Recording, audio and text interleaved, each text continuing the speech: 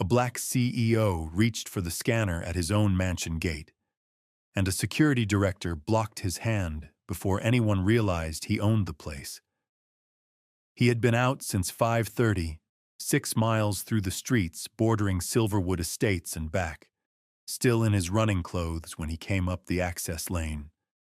Gray t-shirt, worn running shoes, earbuds loose around his neck. The morning air was cool and clean, the kind that settles over Atlanta in the hour before the city fully wakes up, and he had been moving through it with the easy, unhurried pace of a man in the last quarter mile of a route he knows by heart. He reached the biometric pad and extended his hand. That was when Vanessa's arm came out. She was the security director for Silverwood, 41, sharp-featured, in full uniform even at this hour, standing outside the guardhouse with her arms crossed and her eyes already tracking him as he came up the path. Not the casual observation of someone checking who's coming through. Something more deliberate than that. Her arm extended in one smooth, practiced motion. Palm out. Stop. Elijah stopped. She looked at him from the top down. Slow, the worn shoes, the right sole just beginning to separate at the toe. The gray t-shirt with the sweat stain at the collar. The earbuds. She took all of it in with the thoroughness of someone conducting an inventory, and her face did not soften. We don't let people like you walk in here looking like that. Flat. Not loud. Not theatrical. The way you'd state a policy about shoes on carpet. No heat, no drama. Just the calm, administrative tone of someone who has already decided how this ends. Elijah went still. A delivery driver was parked at the service lane curb 30 feet back. Blue uniform, cart stacked with packages, phone already raised. He had been watching since Vanessa's arm came out. He hadn't hesitated. This black man is getting blocked at his own mansion gate, the driver said, loud enough to carry, his voice carrying the clarity of someone who has decided that silence would make him complicit. Several residents on the walking path slowed and turned. 2 stopped entirely. A woman walking a golden retriever let the leash go slack in her hand. Vanessa stepped closer, hand still raised. Her smile had no warmth in it, the expression of someone who has decided this interaction is already over. Step back before I call the police. Elijah held his ground. He reached past her arm and pressed his thumb to the biometric pad. The scanner registered the contact. Amber light. The system hummed, that specific low-frequency tone of hardware processing a recognition request against its stored database. The display shifted. Identity partially recognized. A half-second pause. Something in that pause made 2 people in the crowd take an involuntary step closer. The delivery driver zoomed his camera in on the screen. Then, access denied, security alert. The gate stayed closed. The amber light pulsed. One beat, then another, like a heartbeat the system couldn't finish. Like something trying to speak through a locked door. Elijah said, "This is my home." His voice was level. It was always level. The crowd began to murmur, the low, uncertain sound of people who have witnessed something they cannot explain and know, somewhere beneath the surface, that they should be able to. The live stream was past 700 viewers when Elijah reached into his pocket and pulled out his phone. He opened the Resident Access app, navigated to the manual override panel, entered his personal code, 8 digits, specific to him alone. The gate stayed closed. He entered it again. The system accepted the input, processed it, and rejected it. Override suspended, security lockdown mode active. The amber light on the panel kept blinking, not randomly, in a slow, rhythmic pulse, the way a system blinks when it has found something it cannot fully process, something caught between recognition and refusal. The delivery driver zoomed his camera in on the screen. "Why is the system flagging him if he doesn't belong here?" A resident near the edge of the path leaned toward the person beside him, voice low but carrying. "I swear I've seen him here before." Vanessa turned immediately. "The system was upgraded last month," she said, cutting the comment off before it could build into anything. Her voice was administrative, final, the tone of someone who has learned to use procedural language as a physical barrier. "The new parameters filter for recognized residents." A pause she filled with precision. "People who fit the profile of this community." The phrase landed in the live stream chat like a stone into still water. People who fit the profile. Elijah did not respond. He had built systems more complex than this one. He had written the original access protocol for Silverwood himself, back when Thornton Dynamics was still small enough to fit in a 2-story warehouse in Decatur. He knew every layer of what was running behind that panel: the recognition tiers, the lockdown architecture, the override hierarchy, down to the firmware decisions he had signed off on personally. The gate still wouldn't let him in. He looked once toward the interior of the estate, at the long curve of the road that led to his house, the familiar distance he had crossed 10,000 times without thinking, and then looked back at the scanner. He did not explain himself. He did not raise his voice. He simply stood with the rejected code on his screen in the quiet that follows a door that will not open. Near the planters flanking the access road, a man in green work clothes crouched over the boxwood hedges. Marcus had worked the grounds at Silverwood for 12 years. He knew the drainage patterns after heavy rain, the names of every resident's dog, the way the East Garden changed through each season. He had been tending that hedge when the standoff began. He straightened slowly when Elijah's face came fully into view. His hands went still on the hedge shears. He had watched this man walk these grounds on early mornings more times than he could count. Had watched him stop to notice things: the new plantings near the guest entrance, a section of irrigation that wasn't draining correctly, the specific progress of the boxwoods along the east wall. Questions that were genuine, asked by a man who paid attention. 12 years of that. He knew exactly who this was. He opened his mouth. Vanessa's radio crackled. She turned slightly in his direction, a small, reflexive half-step, and it was enough. Marcus glanced at her, then at the guards positioned near Elijah, and the calculation moved quickly behind his eyes. He looked back at the hedge. He went back to the shears. Elijah watched all of it without expression. He understood what it cost a man in Marcus's position to hold his silence. The accumulated weight of a working life in which speaking up at the wrong moment to the wrong person could undo a great deal. He did not hold it against him. Somewhere inside the estate, in a kitchen where a birthday cake sat on the counter with 16 candles still unlit, his daughter was watching the clock. Maya was 16 today.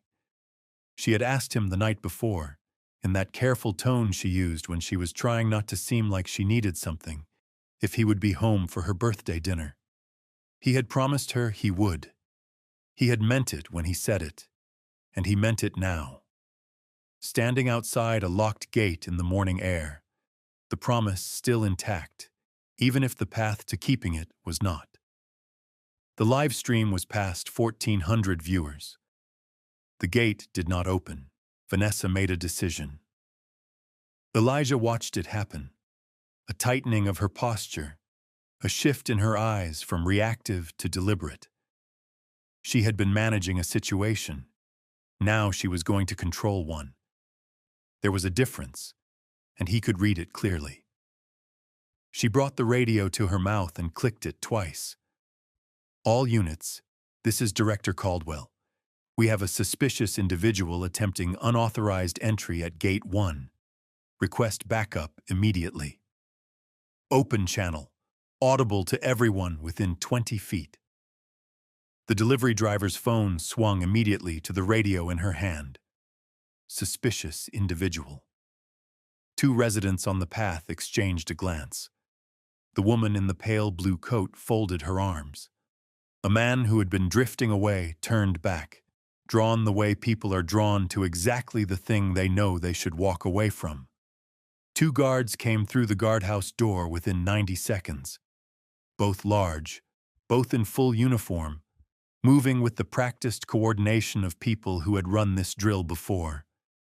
They took positions on either side of Elijah and began pressing him slowly backward.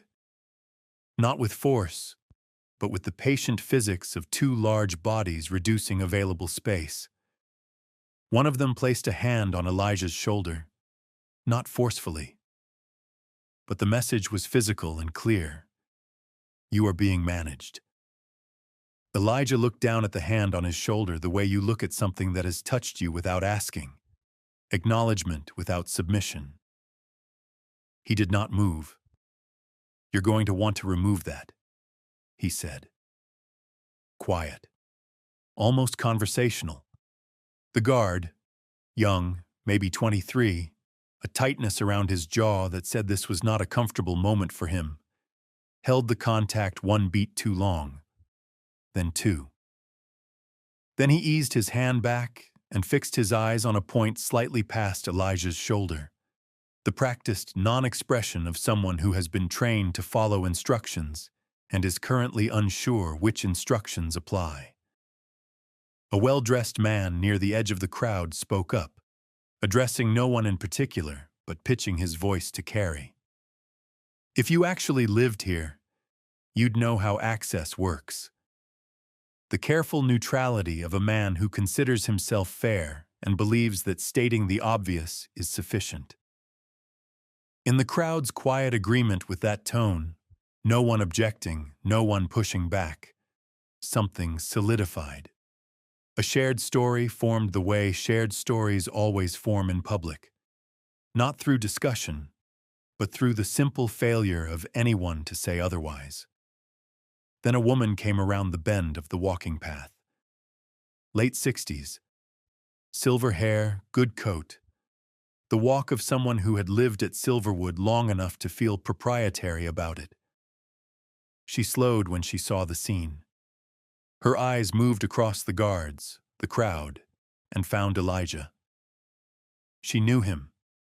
She had laughed at something he'd said at a community event 2 years ago. That specific laugh of a person surprised into genuine amusement. Her grandson had attended a Thornton Dynamics summer technology camp that same year, a scholarship Elijah had quietly covered through the program's general fund when her family's finances shifted unexpectedly. He had never told her. That was how he handled those things, not as generosity requiring acknowledgement, but as a quiet correction of an imbalance that shouldn't have existed. She stood at the edge of the scene. 4 seconds. Long enough to see, long enough to decide. Her stride slowed, then didn't stop. She turned and continued up the path, her pace slightly faster than before, the walk of someone creating distance from something they have decided not to see. Elijah watched her go. He watched her all the way to the bend, until she disappeared, and then he looked back at the gate. Something in that 4-second calculation, the seeing and the turning away, the choice made so quickly and so completely, settled into the morning alongside everything else, filed in the long ledger of what it cost to move through the world the way he moved through it. The delivery driver was still live. The question he had asked earlier, why is the system flagging him if he doesn't belong here, had taken root in the stream's chat and was spreading in every direction. People were asking it in every variation. The logic kept not working out. Davis, the younger guard, was standing slightly off Vanessa's shoulder, watching the scanner panel. The amber light was doing something new, pulsing in a pattern, slow, rhythmic, not random. The pulse of a system that has found something it was told to suppress, but cannot entirely silence. He leaned toward Vanessa and said something quietly. She did not look at him. Protocol is not optional, Davis. Davis straightened, but he kept watching the panel, doing the arithmetic that kept coming out wrong. Down the road, a siren lifted, faded, and lifted again. Getting closer. The police cruiser arrived at 6:52 in the morning. One officer, early 40s, broad-shouldered, the expression of a man who had processed enough of these scenes to move through them without drama, but not entirely without weariness. He stepped out with the unhurried efficiency of someone accustomed to arriving after the worst has already begun, exchanged a brief word with Vanessa near the guardhouse, his eyes tracking the gate, the crowd, the panel, Elijah, and then approached with his hands easy at his sides. "Sir, I need you to stay right here while we sort this out." Elijah said, "I understand." The officer's eyes moved over him once, the running clothes, the phone in his hand, the composed stillness of a man who was not doing any of the things that guilty people typically do. Then he turned to Vanessa. She briefed him with the practiced efficiency of someone who had prepared her version of events before he arrived, the narrative already trimmed and organized. Unrecognized individual, attempted unauthorized access, system flagged, lockdown initiated for the safety of residents. The officer listened without skepticism and without enthusiasm, his pen moving in short strokes. "The system," Vanessa added, "is currently in lockdown mode. That means no entry until the all-clear is processed through our security center. We take the safety of our residents very seriously." Our residents. The officer made a note. His pen paused for a fraction of a second before it kept moving. The crowd had thickened. A dozen people now, maybe more. A woman in running tights had stopped mid-stretch across the road, one hand pressed against a lamppost, watching with the focused attention of someone who has stopped pretending to stretch. A man with a coffee cup had drifted over from the visitor parking lane, the cup tilted at an angle suggesting he had forgotten about it entirely. People drawn by the police car, the way police cars draw people, with a mix of dread and curiosity that is impossible to fully resist. Elijah had been standing in this spot for 22 minutes. The sky shifted. A gray front had been building from the northwest, unnoticed in the noise of the morning, and now it arrived without announcement. The first drops came diagonally, sharp, cold, the kind that means business from the first second. Within 60 seconds it was a real rain, the kind that soaks through cotton immediately and turns the world under it gray and cold and specific in its discomfort. Vanessa stepped back beneath the guardhouse overhang, moving with the instinctive efficiency of someone accustomed to positioning herself on the comfortable side of whatever divide is available. The officer joined her. One of the guards moved under the secondary post awning. Elijah stayed where he was. There was nowhere to go. Not forward. The gate was locked. Not backward, not without the appearance of retreat. Not without conceding ground he had every right to stand on. He stood in the rain, in his gray t-shirt, at the front of his own home, and got wet. The delivery driver had moved under a nearby tree, camera still raised. The image he was broadcasting was not dramatic in a cinematic sense. It was simply precise. One man, in the rain, in front of a closed gate, while everyone with the authority to help him stood somewhere dry. The chat had gone quieter. Less frantic commentary.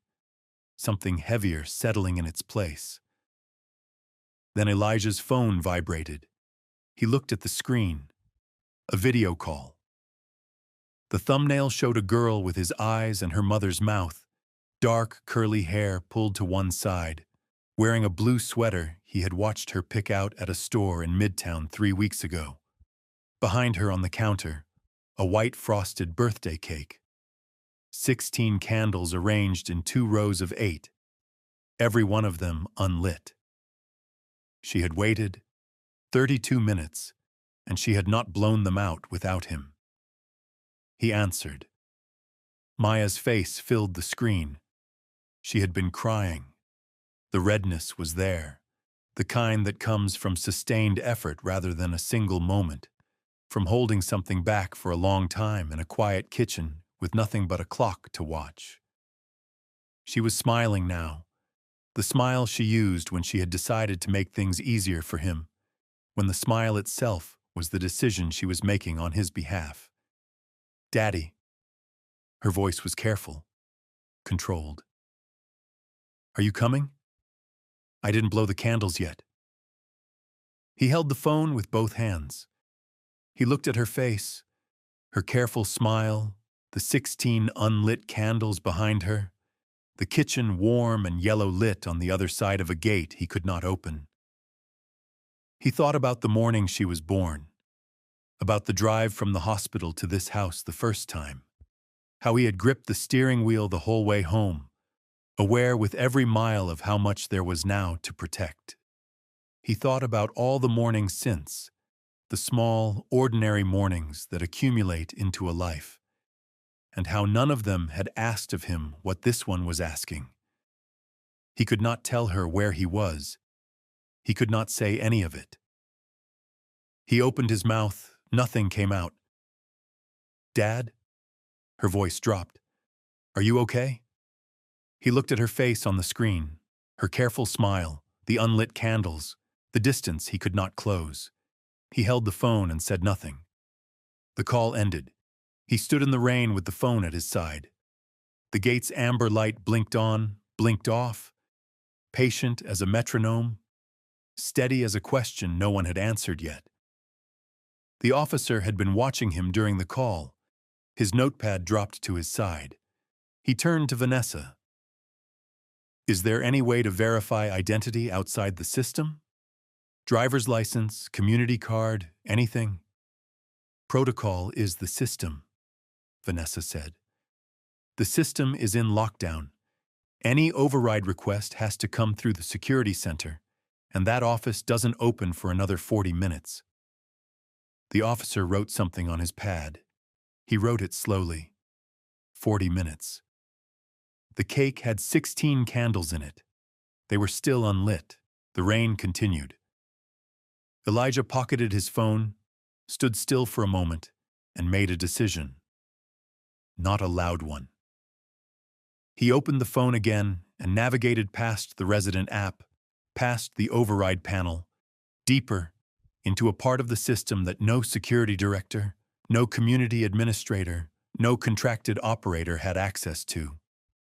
3 layers below anything available to an end user, the level that existed for one person alone. From the camera angle, it looked like defeat. Vanessa read it that way. She stepped slightly forward from the overhang, not into the rain, but close to the edge, the way someone moves toward a thing they believe is finished and wants to be near the finish. She addressed the officer now, not Elijah. The professional wrap-up tone of a supervisor closing a case and preparing to move to the next one. Good lockdown means no access, she said, even for people who think they belong. The comment settled into the crowd like a period at the end of a long sentence. 2 residents had already begun drifting away, back to their Saturday mornings, their coffee. The man who had spoken about access protocols was checking his phone.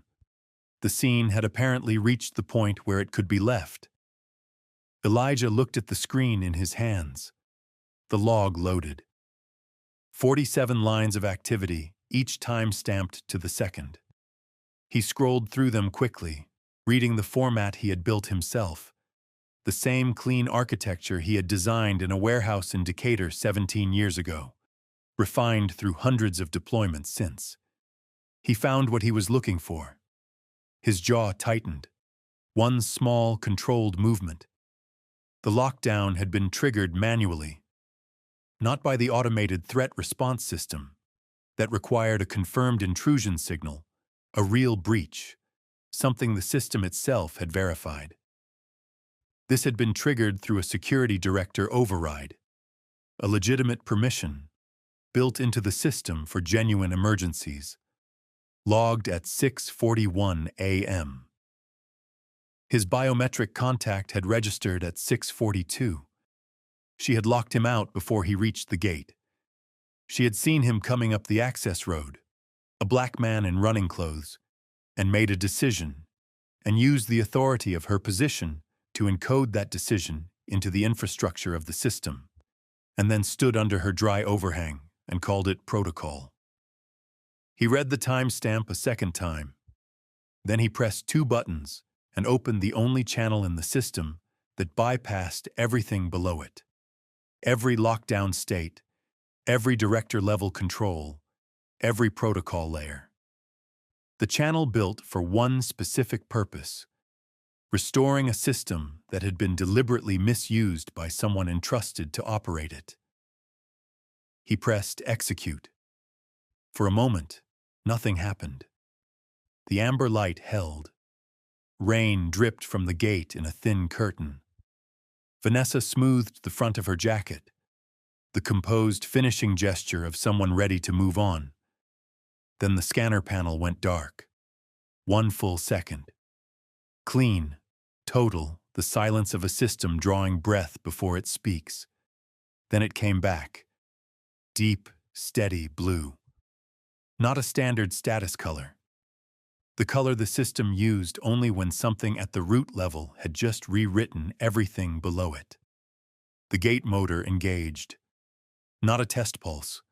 A sustained, deliberate engagement. The sound of something very large that has received a clear instruction and is executing it without ambiguity. The gate began to open. Davis took one step toward the panel. "Wait," he said, just out loud. His body knew before he did.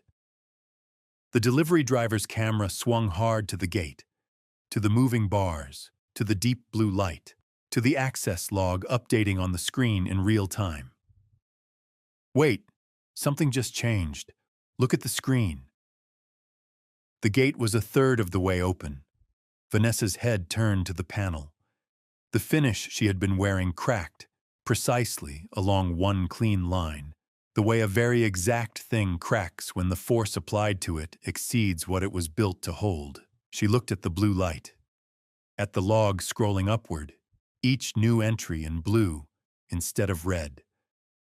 At Elijah. He was putting his phone back in his pocket. His face was still. His hands were steady.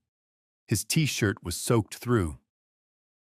He had been standing in the rain for 26 minutes, and he looked exactly as he had looked when he arrived.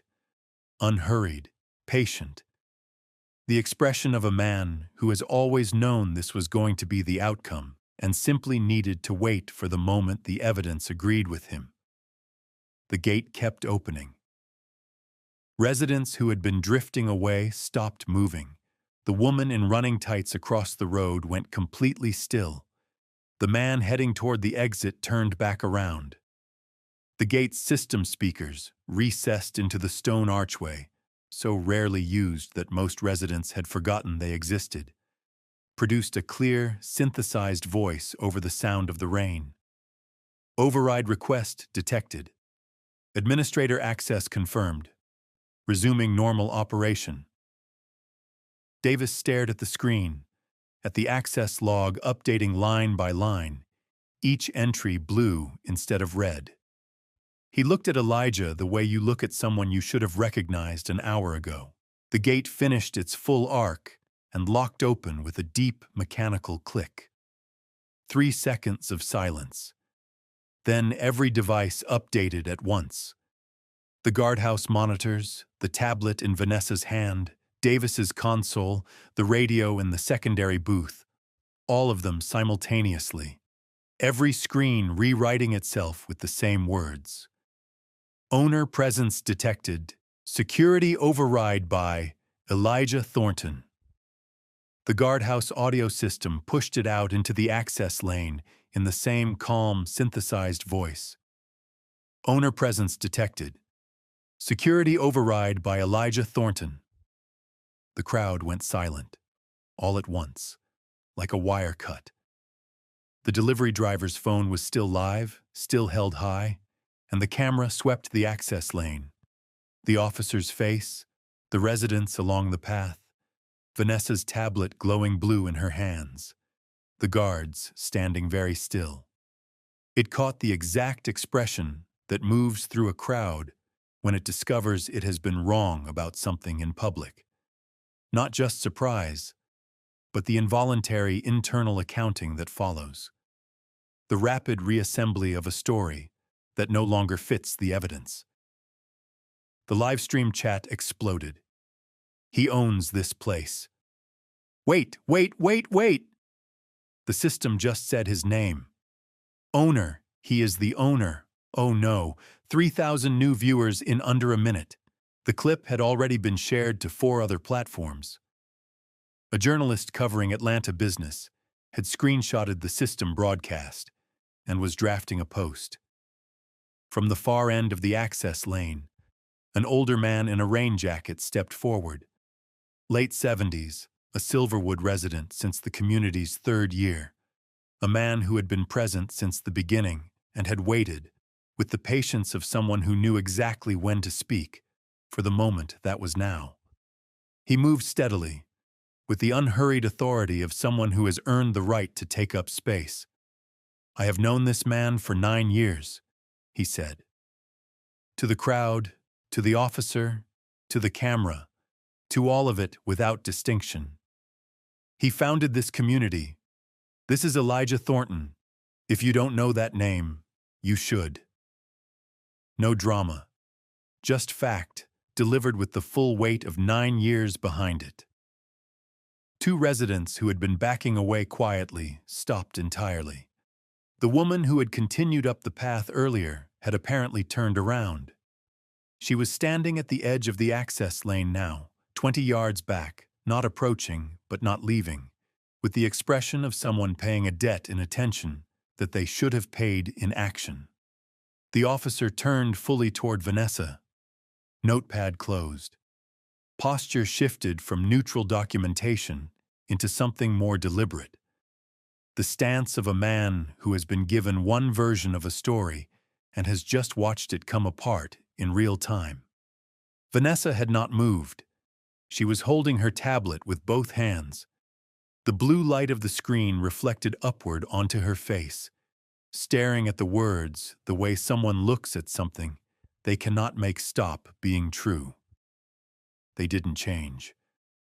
Elijah walked to the center of the access lane, in the rain, in his gray t-shirt, in his aging running shoes, soaked through from 28 minutes in the morning storm, and looked at her.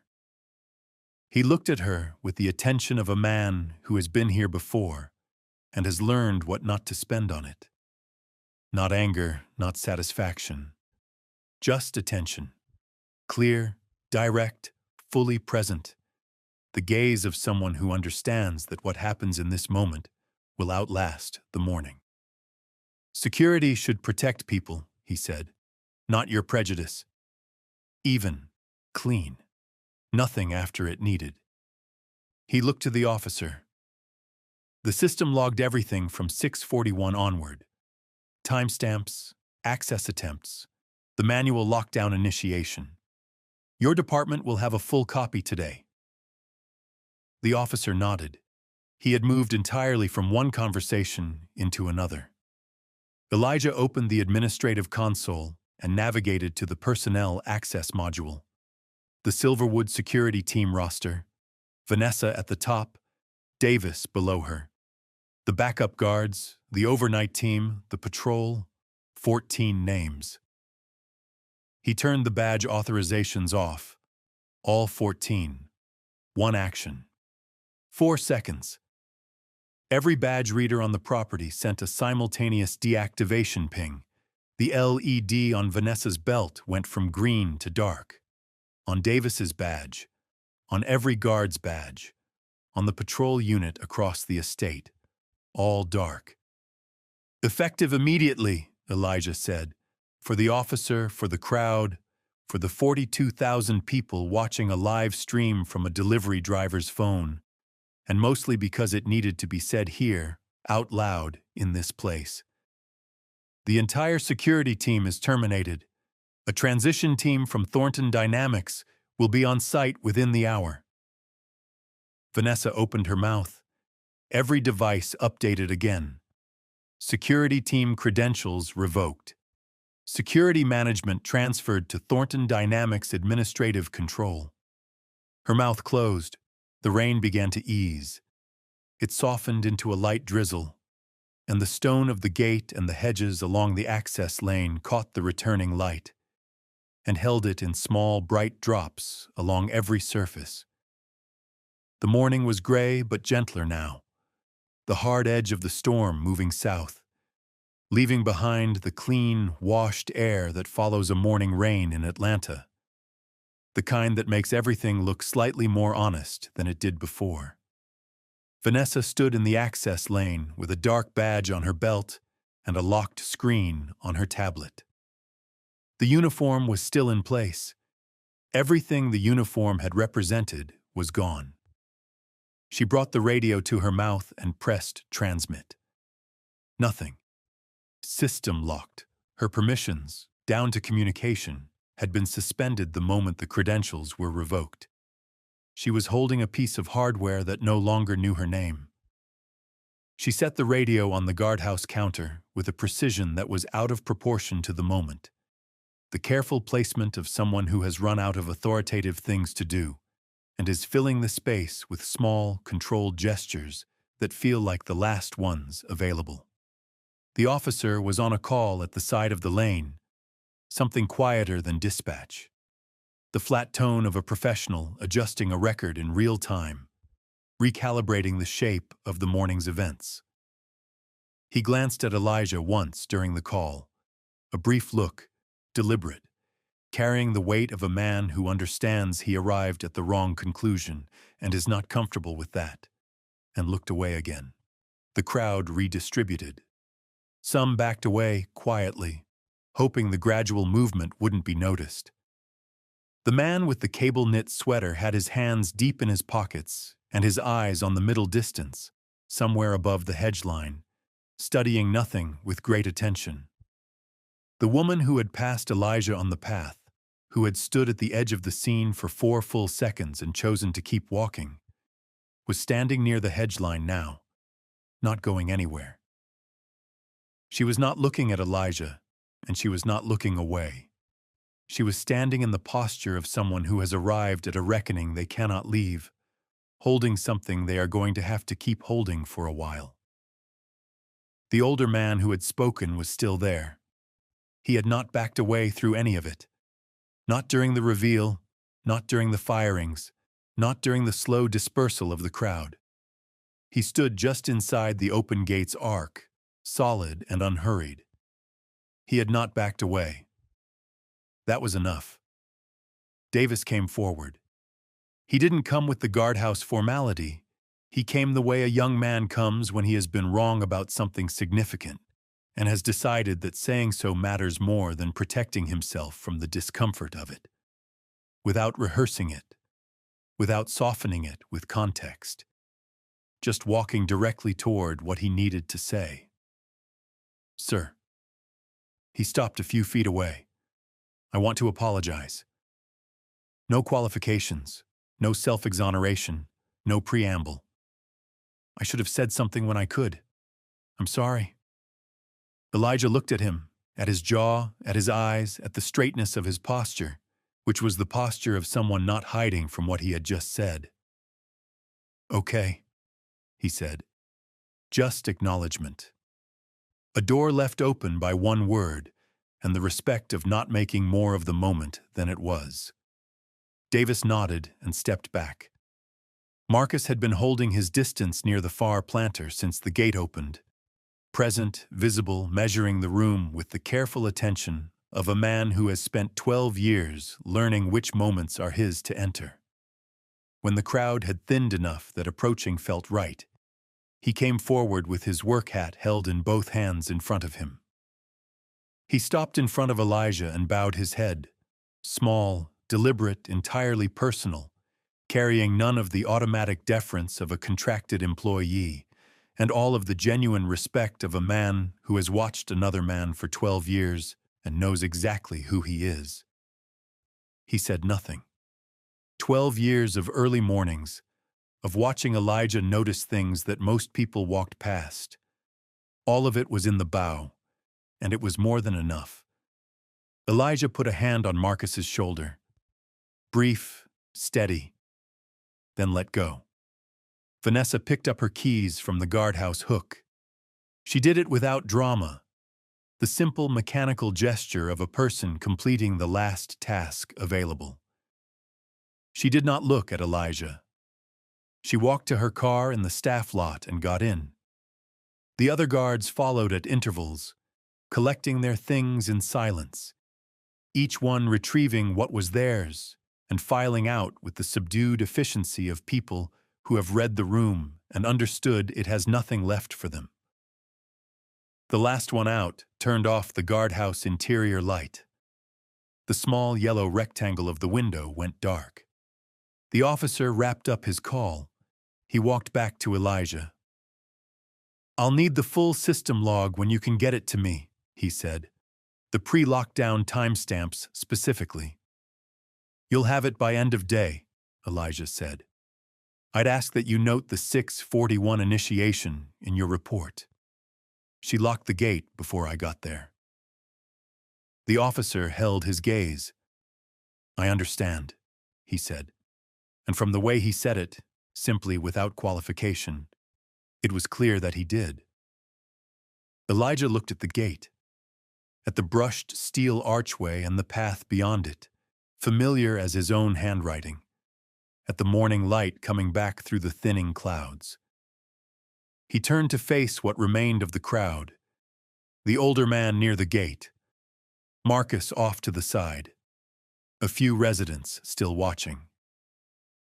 "This is a responsibility," he said, quietly. Not a speech, a statement, directed at no one and at all of them. Not just what was done wrong, the responsibility of what comes next. He stepped forward.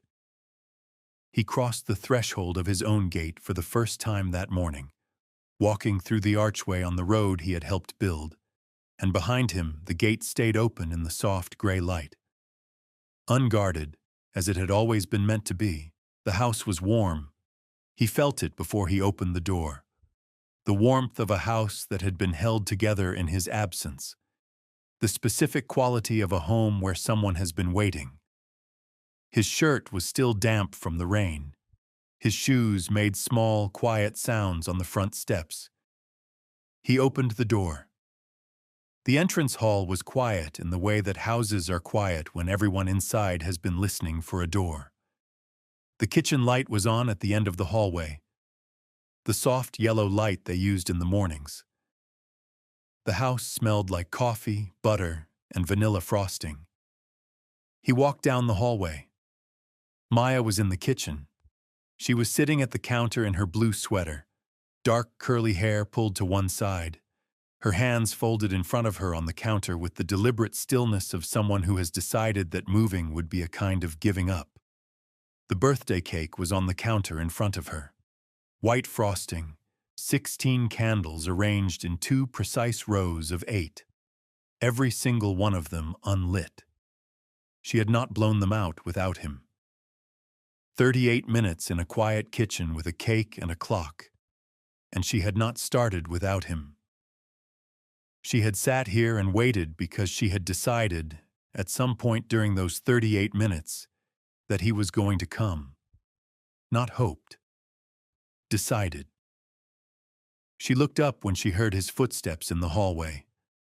Her eyes still held the redness of someone who had cried and stopped, who had held themselves together through the gap between those two things with the quiet determination that 16-year-olds shouldn't need to develop but sometimes do. She smiled when she saw him, real, unguarded, the specific release of a face that has been holding something and can finally let it go. "I knew you'd come," she said. Elijah crossed the kitchen and pulled his daughter into a hug, full, unhurried, both arms. She leaned into it without hesitation, without any of the careful management of a teenager who has learned to keep a certain distance even from the people she loves. She just leaned into it, and he held on. She was 16. She had sat in a quiet kitchen alone for 38 minutes, and she had not given up. He held on a little longer. When he let go, he looked at her, taking her in the way he had taken her in at 4 years old, at 8, at 12, with the specific attention of someone who knows that these exact configurations of a person are not available for review. This version of this moment was the only one that would ever exist. "Dignity does not need to be proven by how you look," he said quietly, "or by anyone else's permission." Maya held his gaze. She had spent the last 38 minutes in this kitchen, with nothing but time, and the decision not to call him a second time, because she had understood, the way she understood most things about him, that he was in the middle of something he needed to move through on his own. She understood exactly what he was saying, and what it had cost, and where he had just come from. She nodded once, slowly, the nod of someone receiving something they intend to keep. Diane came in from the back hallway with a lighter. She had been there, not in the kitchen, giving them the space of it, but close enough that she had heard the door, had heard his footsteps in the hallway, had heard the specific quality of the silence when Maya smiled and said, "I knew you'd come." She came in now, and she looked at him, damp, present, sitting across from their daughter, with the expression of a woman who has been married to this man for 19 years and understands the full weight of what he carries and loves him for how quietly he carries it. She did not make a production of the moment. She put the lighter in his hand without ceremony, and the simplicity of it, the everyday practicality of handing someone a lighter so they can light their daughter's birthday candles, was exactly the right thing. The thing that said, "We are still here. We are still us." The morning happened, and we are still us. He took it. He looked at the 16 candles. "The other thing," he said, to both of them, in the voice he used when something mattered. Quieter than his usual voice, more precise. The voice they had both learned to listen to with a particular attention. "Is that I'm putting in mandatory bias training for all contracted personnel in the estate.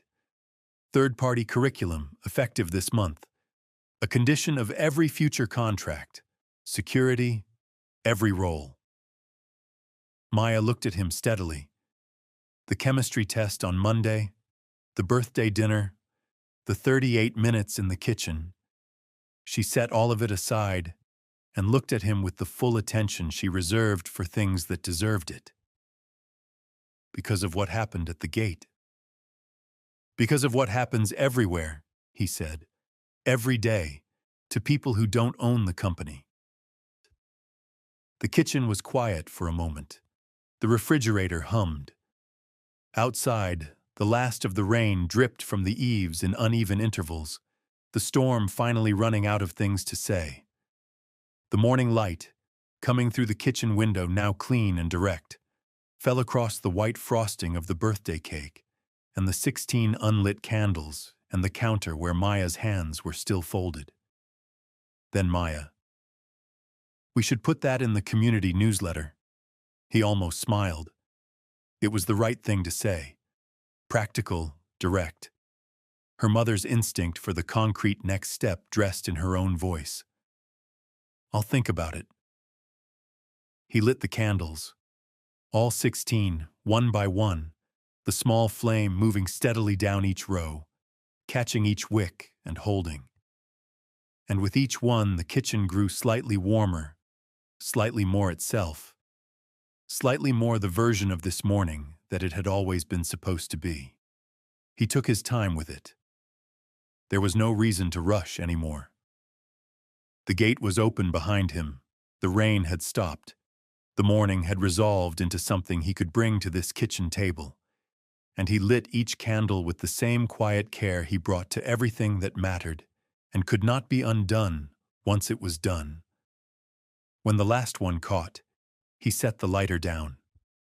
He looked at all 16 burning quietly in their 2 rows of 8, the small flames steady in the still kitchen air, filling the space between himself and his daughter, with something that had not been there before this morning and was here now because of it. Maya took a breath.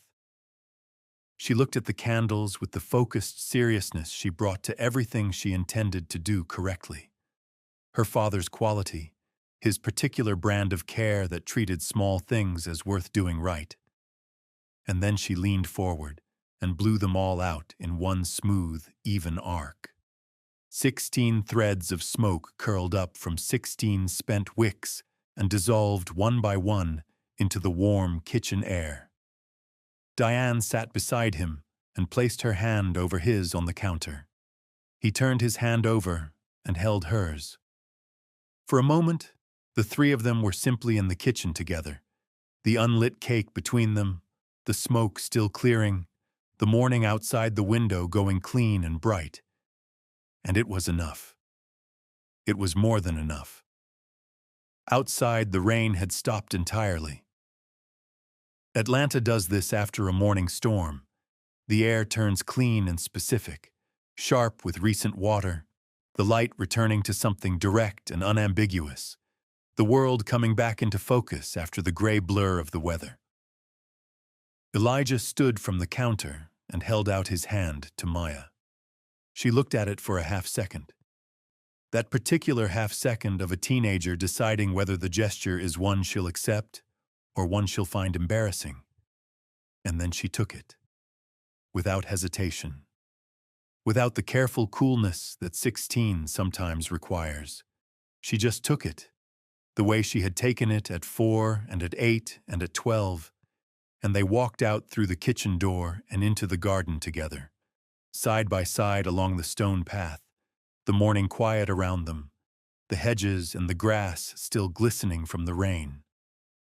The garden smelled of wet earth and boxwood, the clean, particular smell of a place that has just been thoroughly rained on and is drying in new light.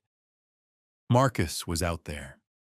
He was working along the hedge line with his trimming shears, moving in the methodical, contented rhythm of a man who has spent years doing something he is good at, in a place he understands completely. The rhythm of someone who has found the specific work that suits him and has never needed to explain that to anyone. He looked up when the door opened. He didn't stop working. He took them both in, Elijah and his daughter, hand in hand on the stone path, and he smiled. Small, unhurried, the smile of a man who has been waiting for the morning to arrive at this particular image and is satisfied that it has. He nodded once. Elijah nodded back. They kept walking. At the far end of the estate, past the open gate, a teenager came around the bend on a bicycle. A family that had moved in the previous fall. He hadn't been old enough to follow everything that had happened at the gate that morning. Hadn't understood the legal architecture of a system broadcast, or why 42,000 people were watching a live stream from a delivery driver. But he had seen the crowd gather and scatter. He had watched the police car leave and the guards carry their things to their cars one by one and drive away in silence.